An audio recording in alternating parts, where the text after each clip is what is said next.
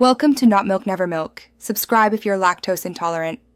You start by confirming the exact Google account, deleted items live per account. Once signed in, go directly to Drive Trash and scan chronologically. Make sure to switch accounts if you have multiple. Photos linger up to 30 days or until trash is emptied. Use the search bar with type, image, or file extensions like JPG, PNG to surface buried photos quickly.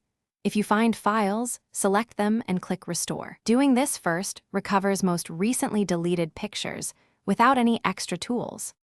Once done with Drive Trash, pivot to Google Photos, Open Photos. Google, Com and check Bin and Archive because Drive and Photos may store images separately. Make sure to use the account switcher again. Recovery differs per account. Next, inspect shared folders in Drive. Other collaborators might retain copies you can request. If manual browsing fails, run an advanced Drive search.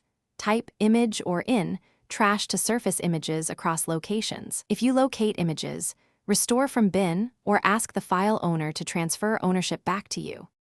To finish, escalate only if self-recovery fails.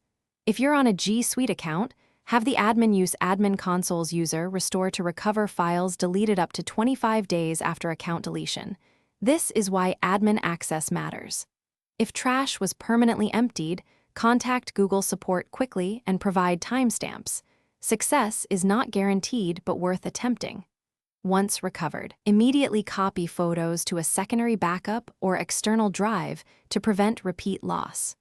Troubleshooting tip: if files aren't visible, verify you're in the exact account or check Shared with Me and owner settings.